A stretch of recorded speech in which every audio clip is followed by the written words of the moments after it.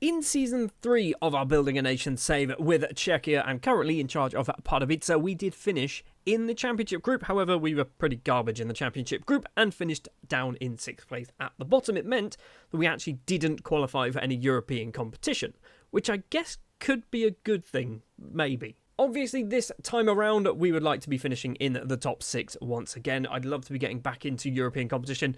I think we need to start trying to aim a little bit higher, maybe Europa League. If we can qualify for the Europa League fairly consistently as well, I guess that's the key thing.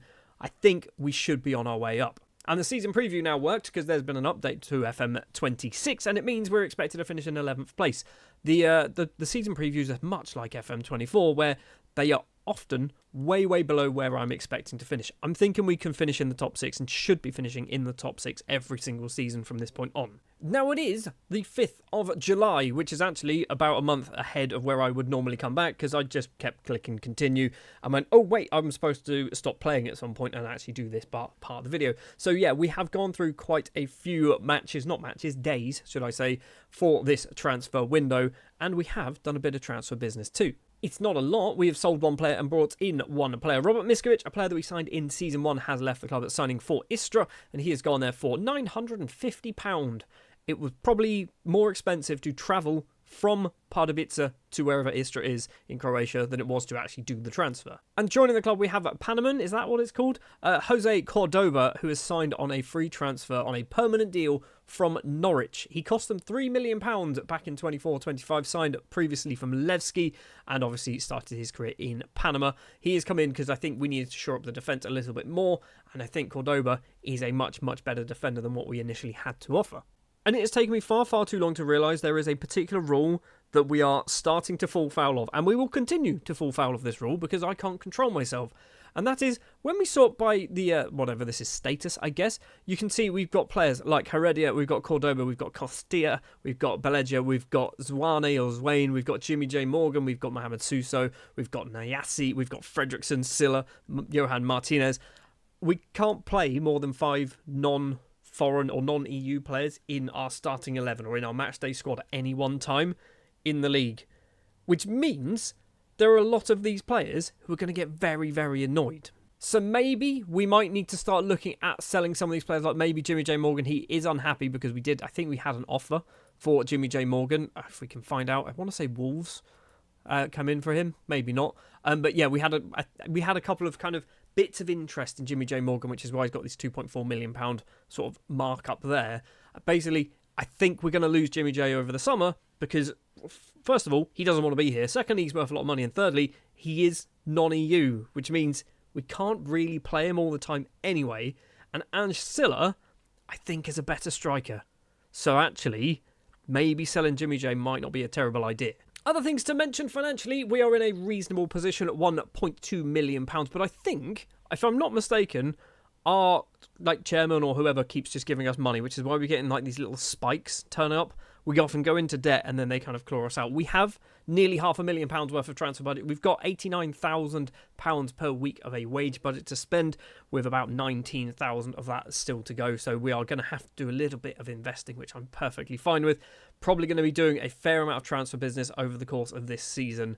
So with that in mind, let's jump forward to, I think, the 8th of September is when our transfer window normally closes. See what business we can do, see how the season's kicked off, and all that kind of fun, fancy stuff. It's actually not been the most exciting transfer window. We've done a fair few bits of transfer business. First of all, Wojtek Patrak has left the club signing for Teplice and is immediately transfer listed for some reason. The player was transfer listed on that date, as the club do not currently have a role for him to play. I mean, you've just signed him for £31,000 and you're now trying to sell him for £35,000. Anyway, Patrak's gone, as has Jimmy J. Morgan. He's moved over to Watford, of all teams. They are in the Premier League, so he has kind of moved in the right direction. He's gone for £2.4 million. There's no sell-ons or anything like that in this because he actually had a minimum fee release clause in his contract. So Jimmy J has moved on. But like I just mentioned, kind of okay with it. £2.4 million is a decent sum of money for a player who is probably going to get better than this, but I don't think he's going to get really good. We're probably going to find somebody better than Jimmy J within the next couple of seasons. In fact, feel like we've already got him. We have brought in 2 players to the club, one of them on a permanent deal, more for depth than anything else, and that is Vakav Sech, could be his name.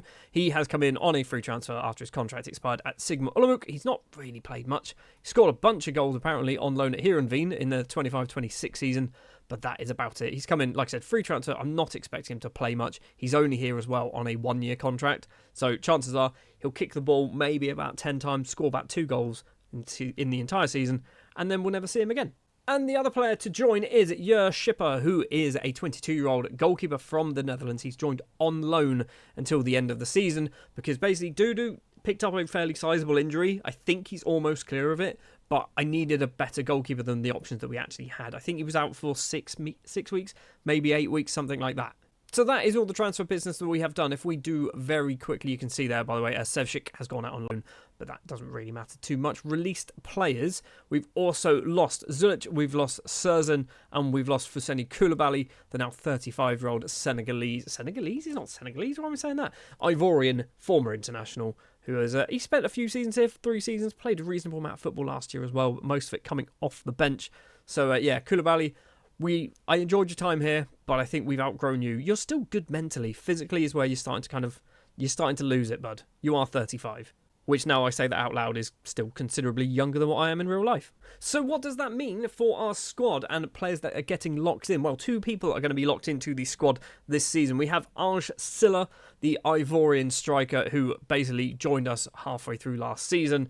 So far has started off very, very well. 5 goals in 6 appearances, 1 assist, a couple of man of the match awards as well. Probably don't need to lock him in as a striker, but I'm doing it anyway because I don't want anyone else playing there accidentally. Silla, I think, is going to be a world-class footballer, which means we'll probably get 1 season out of him, and I want to use that 1 season for him to score 40 goals if we can. The other player getting locked in is Doljal, could be his name. He is a 17-year-old Czech central defender who came through our youth intake a few seasons ago, and I think there's potential there.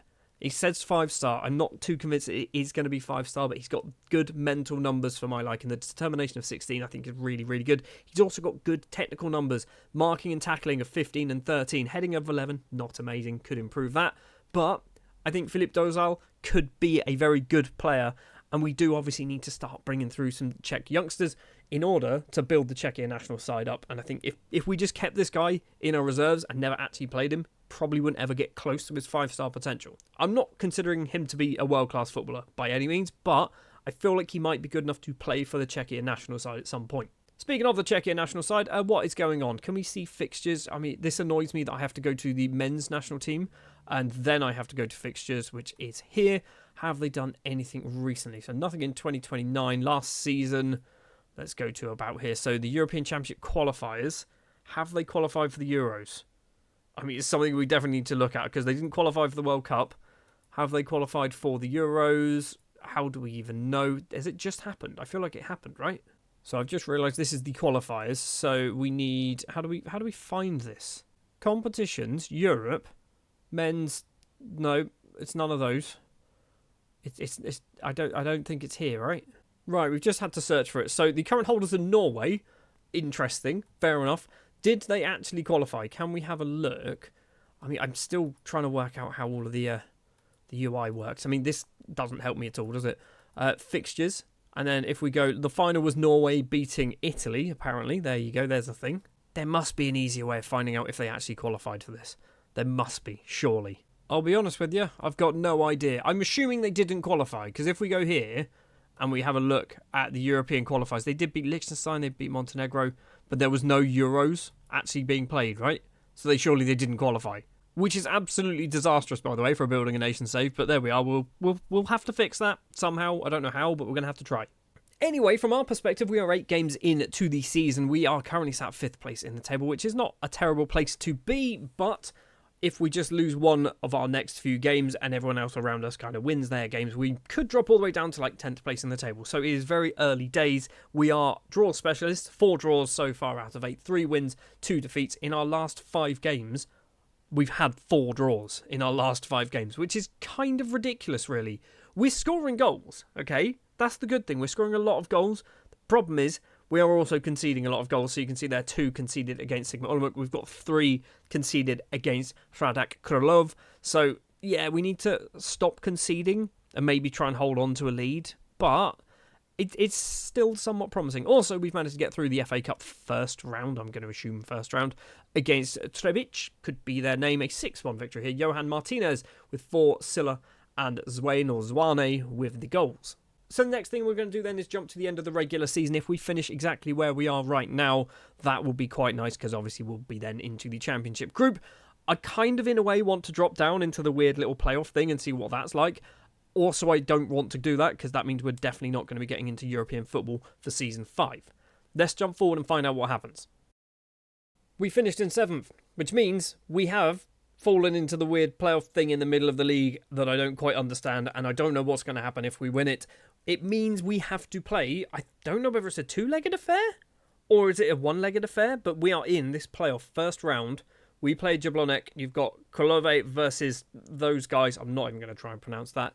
And then if we win that, we'll go into a final. I don't know what this means. And then if we win the final, something happens. I don't know what happens, but something happens. Can we find out here? Is it going to try? Let's try and find out. Let's actually try and find out in-game what this means. So winner qualifies for the Czech FA Cup. I think from the comments it means we skip a round if we win this. But they also qualify for the position 7-8 playoff final, which is this thing. And who goes into this? I mean, it's position 7-8 playoff final, so surely it's the teams who finished in position 7 and 8, right? I don't know. But anyway, if we win that, we get money. And that's pretty much it. Still don't understand, okay? Still don't understand. We'll find out one day how this works. Hopefully this season. Maybe we might somehow qualify for Europe because we win this thing. Or we might just lose straight away to Jablonec. Other things that have gone on, we've had our youth intake for the season. As you can see here, we have got 2 elite prospects from the 16 that came in. We have Jiri Zubele, might be his name, central midfielder, who I think does look quite good. 5-star potential, 1.5-star current ability. But for our tiki-taka style of football that we play, with his passing, his technique, his first touch, that's already looking pretty promising. Mentally, got some reasonable numbers, could do with a little bit of an improvement. But Zubele, I think, could be pretty good. We also have 15-year-old central defender Ricardo Padu, not quite sure, who, again, doesn't look particularly terrible at all mentally. He's all right, got some good numbers. 19 bravery is a very nice number to see. Technically, it's not amazing, but he is only 15 years of age. Ricardo Padu does not sound like a Czech name. I feel like it is just a Czech name, but it doesn't sound like it. I mean, there's a way to find out. He's Italian. He's part Italian, apparently. Second nationality is Italian, so that's where you're getting that from. We've also got some other players as well. Mohamed Salahovic could be his name, who is a Bosnia and Herzegovina attacker midfielder. I think also looks pretty good. The problem is we don't play an attacker midfielder. So if we're going to bring this guy in and maybe he's going to have a bit of potential, we might need to work out what position he's going to play. Does he become a striker? Does he become a winger? Does he become more of a sort of more central midfielder? I don't really know, but apparently he looked pretty good. And I think that's kind of it. I mean, obviously we've got like Kuba here. Might be good. Doesn't look terrible, does he? Nice passing and technique numbers there. First touch is also pretty good. And we've got Jaromir Pilar, who is a strange player. He's a strange player because he plays as a right midfielder. I don't think there are any right midfielders since David Beckham retired.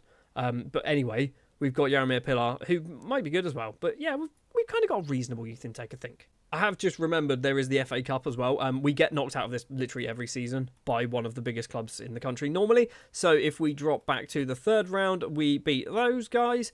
Into the 4th round, we then lost to Slavia Prague. So if we probably drop back a season, we go to the 4th round. We beat Baník Ostrava last year. I didn't even check this. Victor Pilsen, there you go. And the next season, or the previous season, didn't get to the quarterfinals. Did we get to the 4th round? We did. And we lost to Mlada Boleslav. And then in Season 1, in the 4th round, we lose to Baník Ostrava. So basically, if we draw a team from the same division as us, we're probably getting knocked out of the FA Cup, which is annoying because I would quite like to win it one day. Last thing before we jump to the end of the season, I do want to just have a look at the current goal-scoring situation. So Silla is on 14 and wanted by Chelsea. Yep, thought something like that was going to happen fairly quickly. We've also got Johan Martinez also on 14 goals. 10 goals for Robbie Sama as well. Sama just loves a goal for us, doesn't he? He just loves a goal for us. He's got 10 goals this season, 5 in the previous seasons, 9 in the first season as well. So Sama's just doing the business. We've got 5 goals for Ronaldo Vieira, which I'm just genuinely surprised he's even playing, but there we are. You've probably also noticed, if we sort by this, we have locked in Dudu. I got to around January time and I went, why are we playing Schipper? Schipper was just our number one goalkeeper for the season. He's kept 2 clean sheets. And I went, I'd rather play Dudu, who was originally injured. He's played 13 games, got 3 clean sheets. So he's doing slightly better. Not amazingly well, but slightly better. And just for confirmation, we haven't brought in anybody new that I wasn't expecting, because I know that there are sometimes I will do transfers where they're kind of just going to join once their contract expires, and their contract expires sort of around December time and things like that, or they join when they turn 18 and they'll turn 18 in the middle of January, things like that. But right now, nothing like that is happening, well, at very least this season. The last thing to mention, we are also upgrading our training facilities and our youth facilities, or are trying to. I do keep asking. I think, can we find out? Is it board? Is that where we are? It's not showing it. But yeah, I am asking the board to improve sort of the facilities and stuff like that, which they are doing. But for some reason, it's just not appearing in the requests, which is, FM26 doing FM26 things. Right. Next thing to do then, let's jump to the end of the season. And are we going to win this weird playoff thing in the middle of the table? Probably not, but let's see what happens. So no, we haven't won it, because in the first round we lose on 2 legs, apparently. Against Jablonec, we lose 3-2, which means we obviously did not get through. It set up Jablonec versus Ceska Bujovica, could be their name. Then, if we have a look at the final, it was won by Jablonec, winning that one 3-0, setting up the position 7 to 8 playoff final, which was won by Victoria Pilsen, who, if we have a look here, finished in 2nd place in the table. I don't know why they're playing in that. Where did they finish in the Champions Group? It is going to be that one. Champions Group, they finished in 3rd place there. It's pink. Why is that pink? Pink does not appear here, but it appears there. I don't know. But anyway, we didn't win. I think Season 4 has kind of been somewhat of a disappointment. We've finished outside of the Championship spots. We haven't done well in the league. We haven't done well in the Cup. We've just kind of had a season of growing. I guess let's have a quick check, actually. Financially, that one is finances, not facilities. What's happened? We've got £2.249 million in the bank. We've got nearly £3 million worth of transfer budget.